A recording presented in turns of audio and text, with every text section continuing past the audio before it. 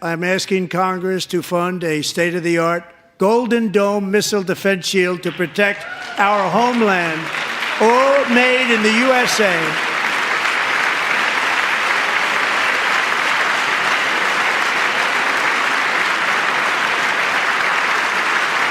And Ronald Reagan wanted to do it long ago, but the technology just wasn't there, not even close. But now we have the technology. It's incredible, actually. And other places they have it. Israel has it. Other places have it. And the United States should have it too. H.L. Mencken once said, there's always a well-known solution to every human problem. It's neat, it's plausible, and it's also wrong. Well, that's what we want to find out today about Trump's plan to protect America, the Iron Dome, or what he more recently calls the Golden Dome. And to discuss that, we have a good friend of the show, Professor of Science, Technology, and National Security, Ted Postol. Ted, welcome to the show. It's a great pleasure to be here. So. Yeah, I love having you. When you saw, or did you see that? Did you see that when he announced that, Ted? Well, I heard about it and I saw it now.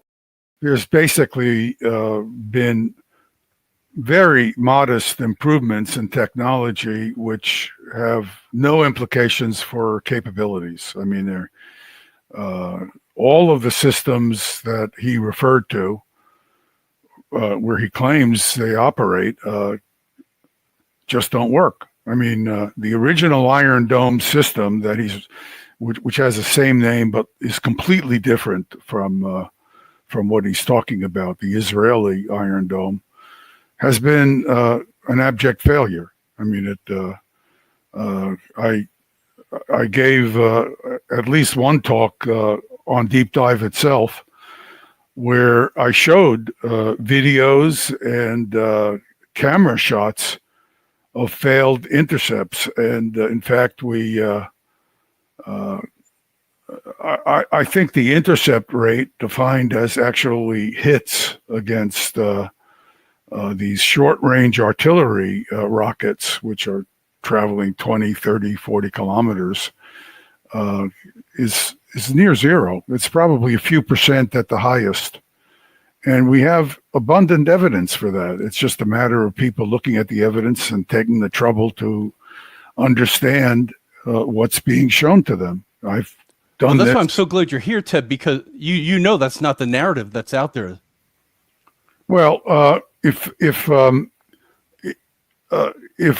you actually look at what the executive order, we can do that later, but for now we'll worry about it. Right. If you actually look at the executive order issued by Trump, it really doesn't say very much. I mean, I actually think I could spend a couple of minutes, perhaps later on, or we can go to one of my slides where I've placed it in a slightly easier to show format. Sure. We can do that. Why don't we go straight to that, Ted? That's fine. All right. Why don't we go to slide 4? Mm-hmm. All right. So I'm going to read, the text, so we're all on the same page, and then I'll comment on it as I read it. So the executive order says to defend the United States against missile attack. And basically, it just says this is an executive order to build the Iron Dome for America. And the executive order directs the implementation of next-generation missile defense shield for the United States against ballistic, hypersonic, advanced cruise missiles, and other next-generation aerial attacks. Well, we don't know how to build any of these things. We don't know how now. We don't have any technology. It's just words on a page. Now, if you go further, you can begin to see what's behind this executive order. With the goal of providing for the common defense of American citizens, this order accelerates the development and deployment of hypersonic, ballistic, tracking, space sensor layers, proliferated space-based interceptors, a proliferated warfighter space architecture, capabilities to defeat salvos of prior to launch, non-kinetic missile defense capabilities, and underlayer and terminal phase intercept capabilities. Well, Sounds excellent, Ted. I love it. It's apple pie with no apple or pie. It it's now if you talk about ballistic tracking space sensors, we have those, and I myself am certainly an advocate for these systems, and I'm also an advocate for improving them. So there's nothing new here. There's nothing we won't be doing under any conditions, because we are in the process of modernizing our space-based sensor systems, and we are doing what I judge to be the right thing, which we are learning. We're going to proliferate them onto many satellites that are actually not military, so that an attack on the sensors would be much more difficult to do. We're in the process of looking into this and developing the technologies, and those technologies are looking promising. So fine.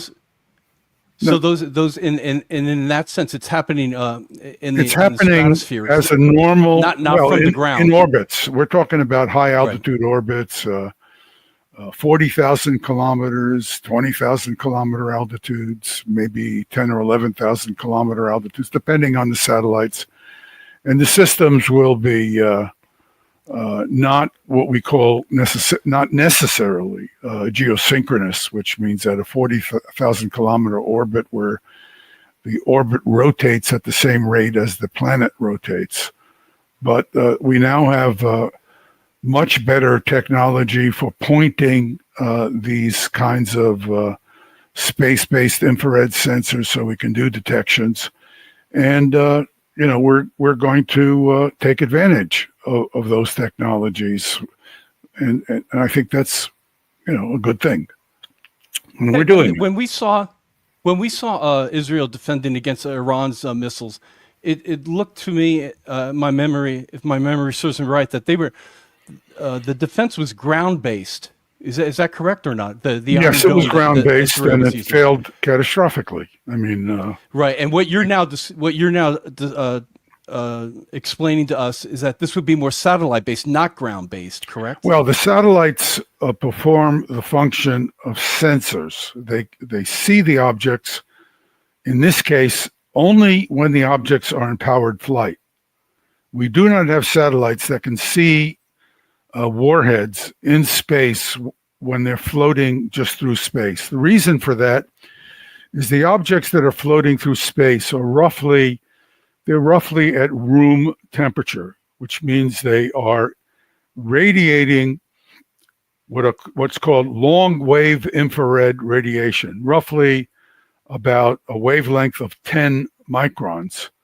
The Earth looks like a bright ball of light at 10 microns because it's also at roughly room temperature. So when you see images of people that look like they're light bulbs, against a dark background, you're actually looking at what's called, a long wave infrared sensor. Typically, they're on tank gun sights, so you see this kind of thing, and they can observe radiation at 10 microns wavelength.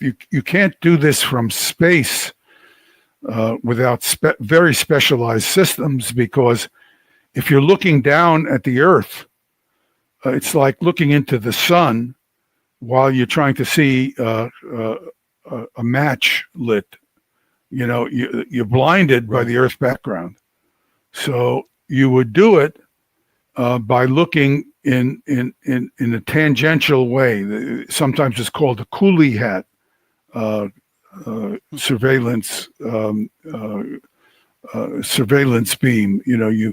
It looks like the region being surveyed by the sensors has a geometry of a coolie hat, where the coolie hat never intercepts the body of the Earth. And you're looking against the black background of space. Well, in order to do that, you need tremendous number of satellites, because United States, just doesn't have the money to invest in this kind of system, and it also when you can say be readily. tremendous, I'm sorry. I'm sorry. I was just going to say, when you say tremendous, how many? When you say a Well, tremendous amount of I haven't satellites? done the arithmetic recently, but hundreds of satellites, possibly even many hundreds of satellites. These satellites are all very expensive, and they're also readily defeated with decoys, because what they would see are warheads that are, bright. They would look like bright points of light to the infrared sensor against the background of space. Well, if you just take a balloon and you put a small heating element inside the balloon, you can make the balloon look like a bright point of light too. So you can easily overwhelm and defeat this system. So it won't give you any real tracking capability, because an adversary, if they can launch anything, they can launch this kind of decoy. So this would be a tremendously expensive system that could easily be negated with basic technology of the most simple kind. So Even drones, I guess, obviously, right? well, drones, you couldn't see drones with this system. They're too low in the atmosphere, and you would see too much scattering from clouds and things to see the drones. So you would you'd be looking at altitudes, I'd say, above 100 kilometers or so. If you tried to look much closer, you'd be seeing all kinds of phenomena in the atmosphere, luminescence, things like that, that would blind, just disrupt the sensors. So the sensors are basically for looking at things at maybe 100 kilometers and above. And it's a very expensive proposition to do something, to get a tracking system that's so easily overwhelmed and defeated. So, so it's true that we did not have the technology to build these sensors and place them on satellites during the Strategic Defense Initiative in the 1980s. Those sensors were still being talked about. We knew they could be built. We did understand the science of the photoconducting materials that we needed to be able to build these long-wave infrared sensors was already well enough understood that we knew we could build such sensors, but we didn't know how to build them. And in other words, we still hadn't gotten the engineering details down. We only began to get the engineering capabilities for these kinds of sensors really in the late 1990s, when there were breakthroughs in fabrication technology. And although these technologies can be very useful in all kinds of just for space surveillance, just to keep track of what's going on in space. So that's a useful activity. I mean, but if you're talking about missile defense, seeing an object that you happen to try to be monitoring is one thing.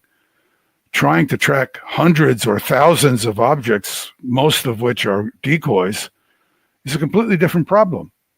And the fact that you have the same sensors doing it doesn't mean it can do the job. It can't give you any tracking information and tell you what you're looking at. So it's useless as a missile defense application. So again, we do have advances in technology, but the physics of what you're trying to do stops you from doing what people claim you can do, because the physics says that any object that I can create, that I can heat to room temperature, that has a surface at room temperature, is going to look like a warhead. That's physics. It's not, there's no. So the engineering, which is tremendously complicated and advanced to be able to build a sensor that can see warm objects against the cold background of space at tens of thousands of kilometers range, I mean, that's a fantastic advance in technology, but it doesn't mean it solves your problem. So let's go on a bit, and let's go back to our, if we go back to slide 4 again, we're talking about the deployment of hypersonic and ballistic missile tracking space-based sensors. Well, the hypersonic missiles can already be seen with sensors we currently have, although they cannot be tracked continuously. When a hypersonic sense vehicle that's traveling above the atmosphere tends to travel on a very flat trajectory. It slowly descends back into the atmosphere. It splashes off the atmosphere like a rock that you throw at the surface, in a lake, and then comes up and then splashes down and just hops along at an altitude of maybe 100, 200 kilometers. Now, when it falls into the atmosphere, it gets to a very high temperature, and it can be seen with existing sensors by the U.S. Nobody else has the capabilities like we have, but it can be seen, and that's because it heats up to a very high temperature, much higher temperature than room temperature. And so we can see it even against the bright background of the Earth, because we are able to see things that are hot enough above the atmosphere, because the water vapor in the atmosphere tends to mask the bright radiation from the Earth at certain wavelengths. These wavelengths are about 2.73 micron wavelengths. And water vapor is a very strong absorber of radiation from the sun and reflected radiation off the Earth. And it turns out we can take advantage of that absorbing feature of water vapor to be able to see objects that are radiating at thousands of temperatures, on the average of thousands of degrees Celsius. So we can see these things, but we can't see where they're going. In other words, we see them for get a little bit of a track. They maneuver while they're in the atmosphere, then they disappear. So we don't really know where they're going, and we can't predict where they're going to go from jump to jump. So where are you going to send an interceptor?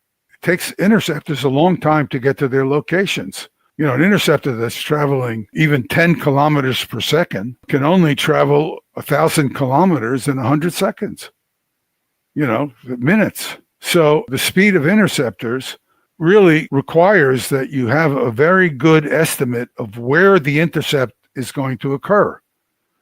You have to have an estimated intercept point. There's no way to generate an estimated intercept point when you're dealing with these hypersonic maneuvering vehicles. And it really doesn't make a difference, because ballistic warheads, you can't tell the difference between decoys and warheads. So you still don't know where to send an interceptor. So in some sense, hypersonic missiles, which there's been a lot of discussion about, don't change the fundamental situation.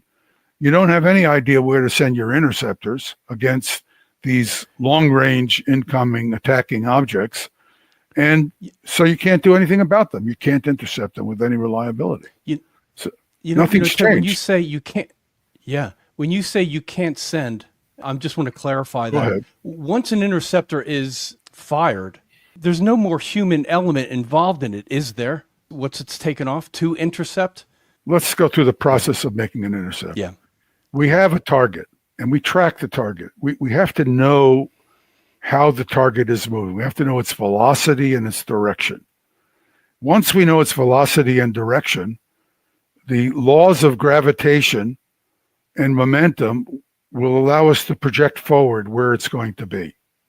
So once we know where it's going to be, we can say, here is a point in space where I have a chance of getting an interceptor to this point in space before the target arrives. So that's this little volume of space is where I'm going to try to home and hit the target, home on and hit the target. So I have to launch an interceptor. The interceptor can take a long time to get there, minutes. So I have to know many minutes before I actually attempt the intercept to the trajectory of this object.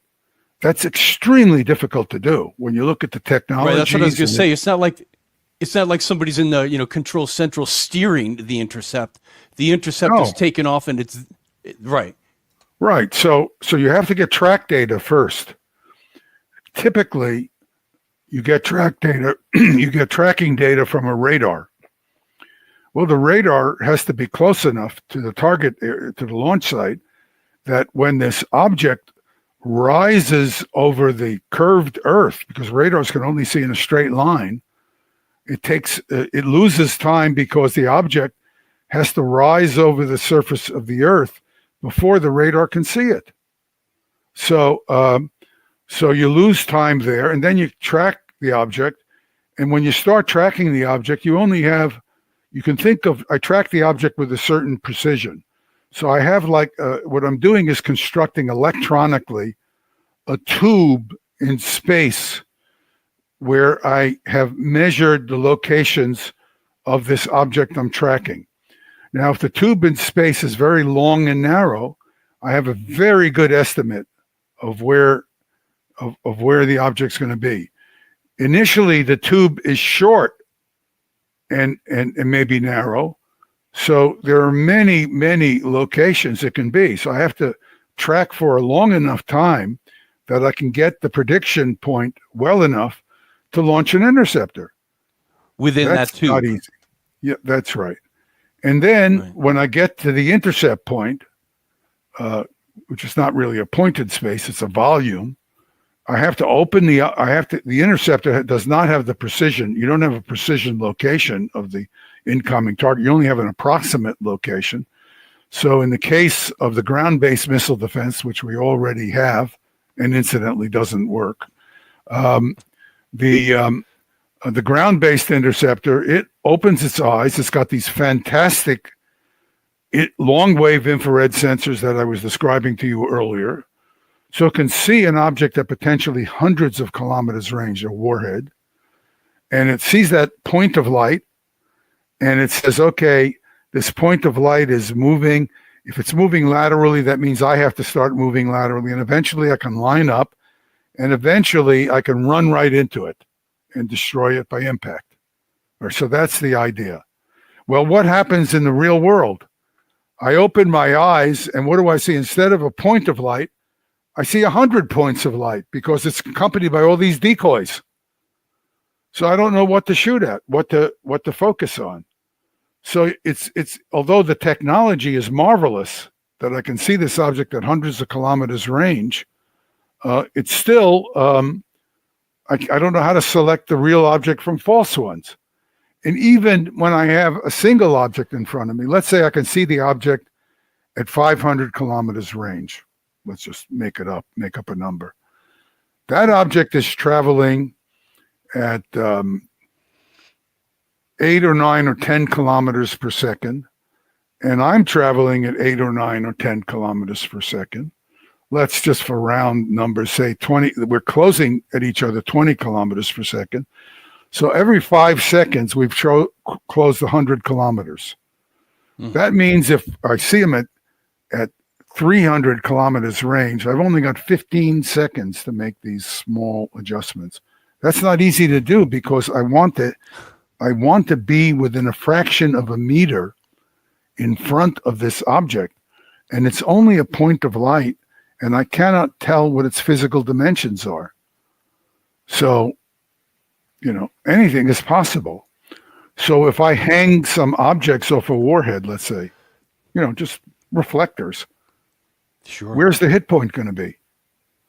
So the system is a marvel of modern technology, but it's useless. It's literally useless as a missile defense.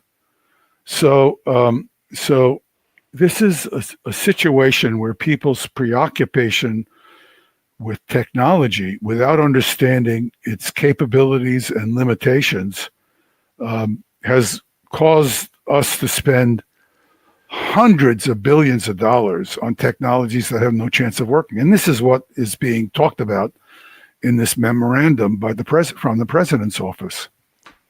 Can we, just a moment, with that in mind, with what you were just saying, we can get back to the executive order. Just want to play for you what's being said, out on the airwaves. And here's a rocket scientist describing.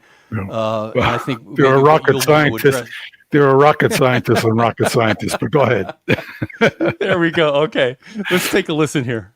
You said that it would be much different than what Israel has for those very reasons. Tell me about the engineering that goes into something like that.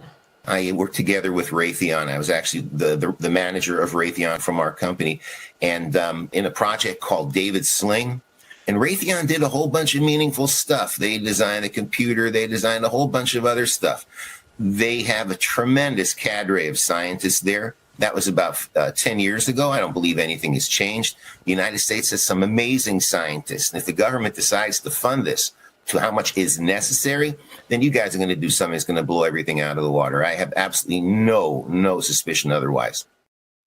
He's a believer, Ted. Well, he's a believer, but he's not a knowledgeable one. First of all, David Sling seems to have failed in Israel, and we don't know.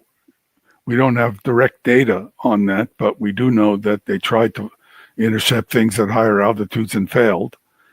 And faster computers don't help you if you don't know what you're looking at. Better sensors don't help you if you don't know what you're looking at, as the example I gave you. There is Iron Dome itself is a much lower altitude system than the ones I was talking about earlier. It's it makes intercepts at 5 kilometers, 10 kilometers altitude inside the atmosphere. When you're in the atmosphere, you have to deal with the uncertain maneuvers of your target. It's a different set of complicated problems you need to solve. Now, one of the problems you have is intercepting in the atmosphere. You have to see your target early enough to make the adjustments to hit it. Now, if I'm coming at this target, this is an Iron Dome interceptor now.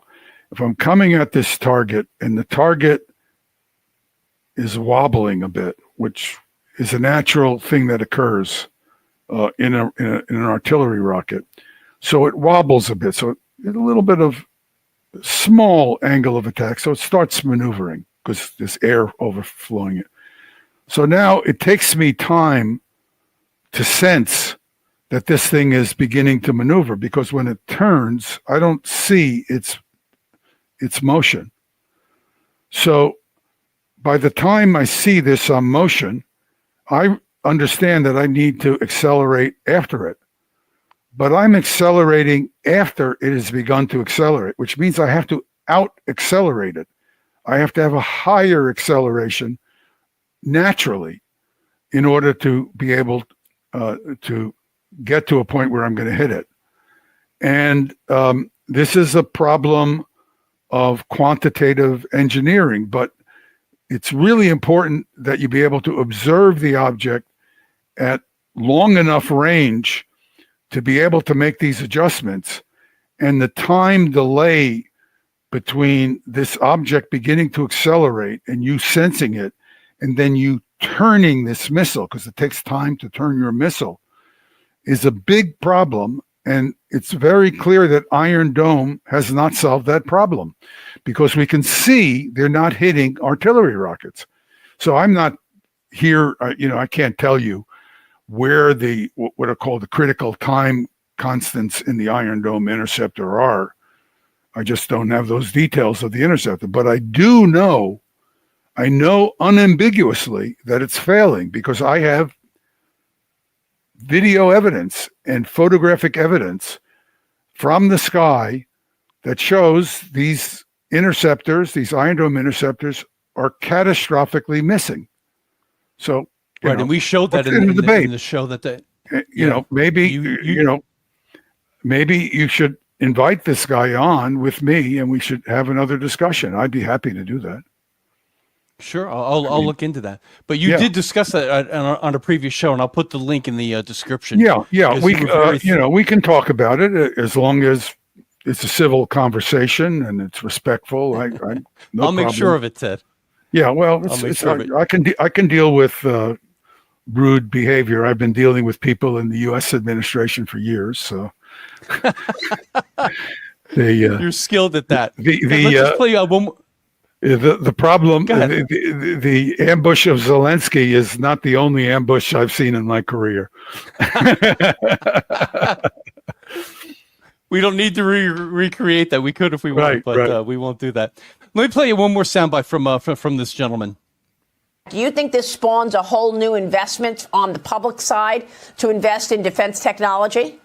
Oh, absolutely. Because there's a whole new slew of technologies that are Yes. needed to do this sort of thing. Most difficult one is, believe it or not the interceptor. It's not the launcher. The most difficult thing is even not getting it into outer space. The most difficult thing is controlling everything. Is understanding what we call a sky picture. You got to know when you're shooting an Iron Dome. You got to know who's firing on you, how many, which is a good guy, which is a bad guy. What's that 777 landing at the airport? Can't shoot that down. Imagine doing all of that in outer space. And there's so much more to take care of, and there's so much more that could go wrong, and you have to take account of all these things. If you can solve that problem in outer space, then you can use it on the ground for a whole bunch of other control problems, controlling fires, controlling electric grids, controlling everything. That's the secret. Well, this is Listen, science fiction. This is just a joke. Well, I was just going to say, I mean, he's no, He's please all go over right the ahead. place. I was going to say he's quite a bit more optimistic than you are. Well, first of all, he's got to show that he understands that these systems, he's got to show evidence that these systems on the ground work. The systems on the ground are immensely less complex and demanding than the systems he's talking about would have to be in space. And there's no evidence that the systems on the ground perform at all. I mean, their performance records are extraordinarily low. I mean, just shockingly so. Even I, when I first started working on these problems, didn't expect these systems to be that low. I was very skeptical they would work, well, but they just don't come close to even my early low expectations were of their performance. They're just useless. They're useless and expensive. And for him to say that the interceptors are the least of the problems, the interceptors are failing all over the place.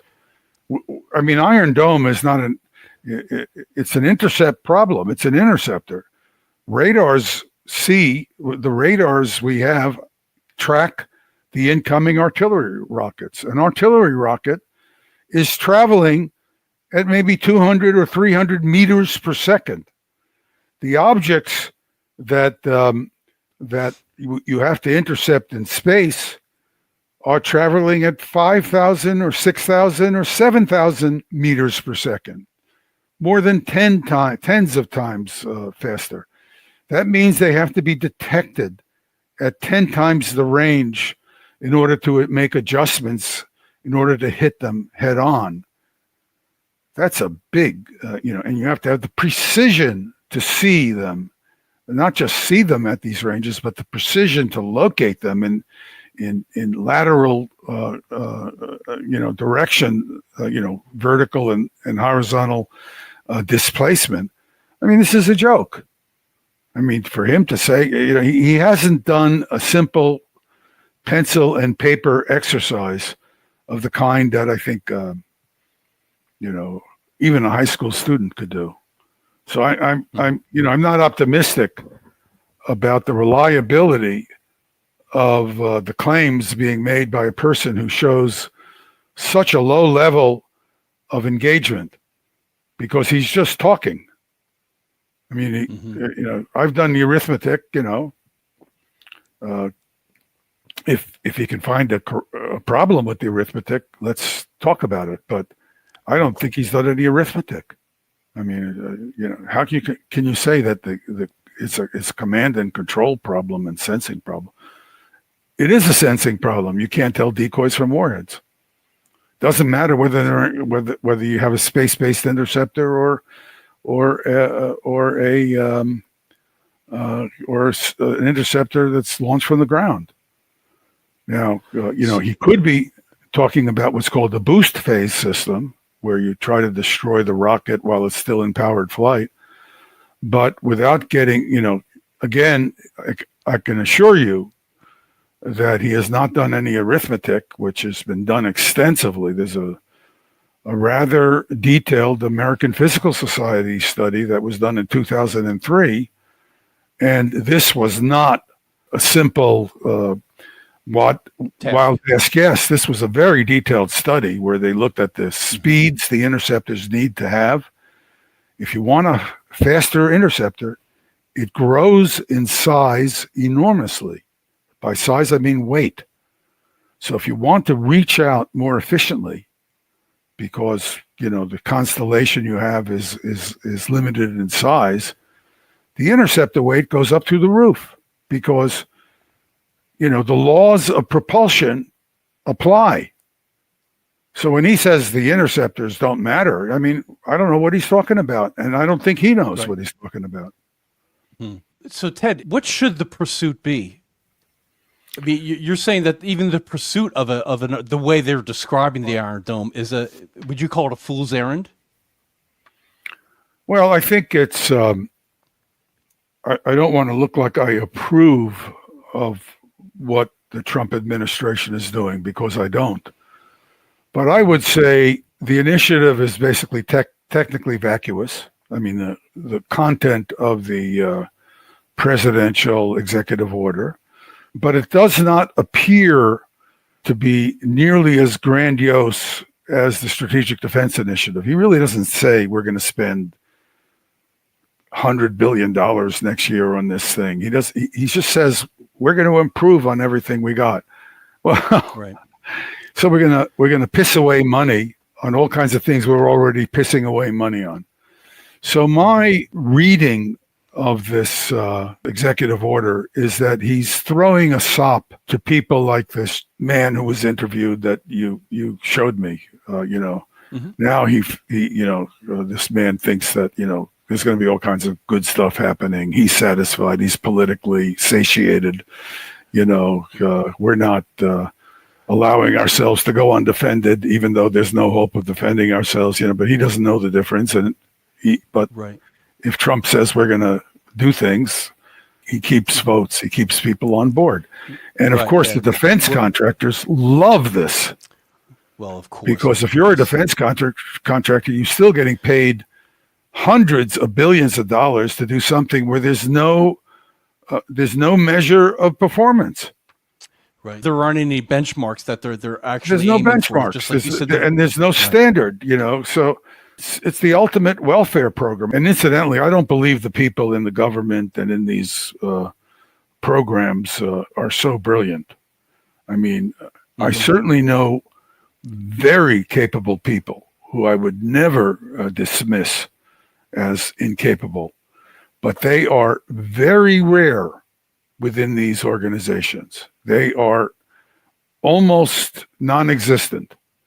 And those who are really good at what they do, and there are such people, tend to get quickly isolated by the bureaucratic decision makers, because some guy comes up and says, look, here are the problems. The first thing that happens to them is they get shunted aside. And that's because bureaucratic politics dominates these organizations. Ted, just to wrap up, maybe in just a nutshell, rather than an Iron Dome, is there some other technology or some other pursuit? And I guess it's such a general question, but I just want to know. Yes, is there something that we I should. think there's an answer. There's an approach to take. Actually, the approach that Donald Trump is now trying to take, and I really hope he succeeds, and so far it seems to me he's doing the right things. What we should do is normalize our relationships with Russia. This continued military competition with Russia is a bad thing. It's a bad thing for our security. It's a bad thing for Russia's security. It's a bad thing for the health of the West. I think this is a more complex problem than I can do justice to in this short discussion, but let me at least point out a few things. First of all, in fact, Joe Biden and his administration has done extraordinary economic damage to Europe by destroying the Nord Stream pipeline. Europe has been denied access to cheap gas and oil, which was the foundation of the great prosperity in Europe before the Ukraine war began. We need to restore that economic relationship. Now, I want to say that this is not only should be an American priority, it should also be a priority to European leaders. And I have to say, it's hard for me to believe what I see, but it's not a priority among the European leaders now, or at least among many of the big ones. And I cannot understand, if I'm a leader of a country and you're an ally, no matter how I make a commitment to you as an ally, my first priority is still the best interest of my country. In other words, any alliance arrangement I have with you has to recognize and address the well-being of my own country. And these people are not concerned about it. I just don't understand. I don't understand how you can be deindustrializing your country like what's going on in Germany and be more interested in claiming some ridiculous danger, a military danger from Russia, which all you have to do is look at numbers and see doesn't exist, and make up all these false arguments why you need to militarize when your country is going down the tubes, financially, economically. And these countries are heavily socialized. So it's going to be felt very strongly by the population when there's no money for these social programs, which have been in existence for decades and decades. And we're going to see a revolt. I was going to say, and you see the emergency meetings that they set up to gather in Brussels. And it's shocking. Where they and where they want to send their money. But they are. Go ahead. I'm sorry. I'm sorry. So we should normalize relations. Russia should be part of Europe. Russia should behave like it wants to be part of Europe. I believe it will. It has, in my judgment, and there's a long discussion on that, it has behaved like it wants to be part of Europe. It's just been pushed to the edge by European bad judgments by the Europeans. I think if a negotiation occurs, the Russians can be brought into the European sphere in a cooperative arrangement if the Europeans show good sense for themselves. Forget about Russia, for themselves, because they need Russia as an economic entity. We should lower the number of nuclear weapons on all sides. We should bring China into the process. I'm talking grandiose now. I understand that. And incidentally, we should reinstate the Intermediate Nuclear Forces Treaty immediately as part of this process. We should not deploy ballistic missiles or nuclear armed missiles to Germany, as the Biden administration foolishly agreed to with the German government in 2026, as they're talking about. We should just step away from the brink. And I believe that the Trump team understands that these are good objectives from what I've seen. I don't agree with a lot of things that the Trump administration is doing, but in this area, I think they're doing it right, and they have the right goals and objectives. And we all should be behind this, because this is going to make us a more prosperous and safer world. Yeah, it's pretty amazing that it almost seems like President Trump is like out on a limb here, being the one advocate for peace more than anyone else. It's remarkable. It's remarkable. It and really let me say, let me say, this liberal community, please accept my quotes, which I was once considered part of, but I no longer am acceptable.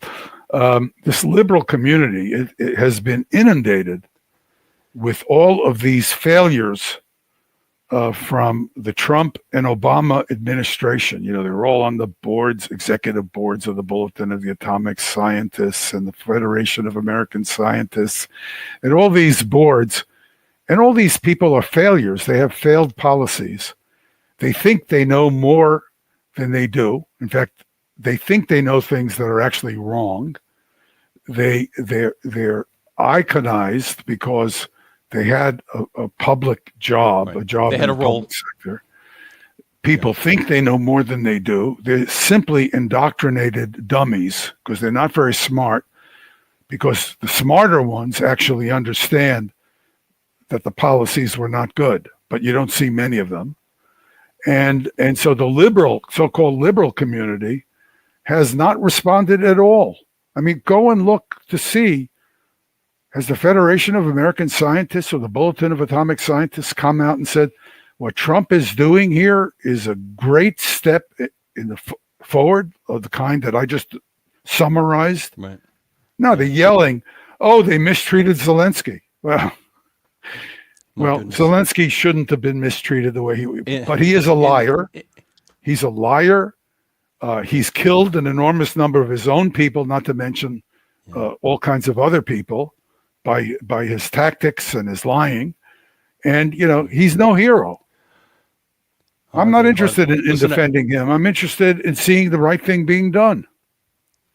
Yeah, I'd say in the name of peace, Trump properly put Zelensky in his place that day. It was a satisfying thing to see. Ted, Yes. so grateful for you. Love having your voice here. People need to hear what you're saying, and so appreciate your expertise in all this and giving us the realities of this thanks Iron a lot. Dome. And Just remember, I went to MIT, not Harvard. It's just one of those things. I admit make my note of that. inferiority. All right, my man. We'll talk to you soon again. We'll have you on again Okay. very soon, Ted. Thank you Take so care. much. Thanks so much. All right, Bye-bye. brother.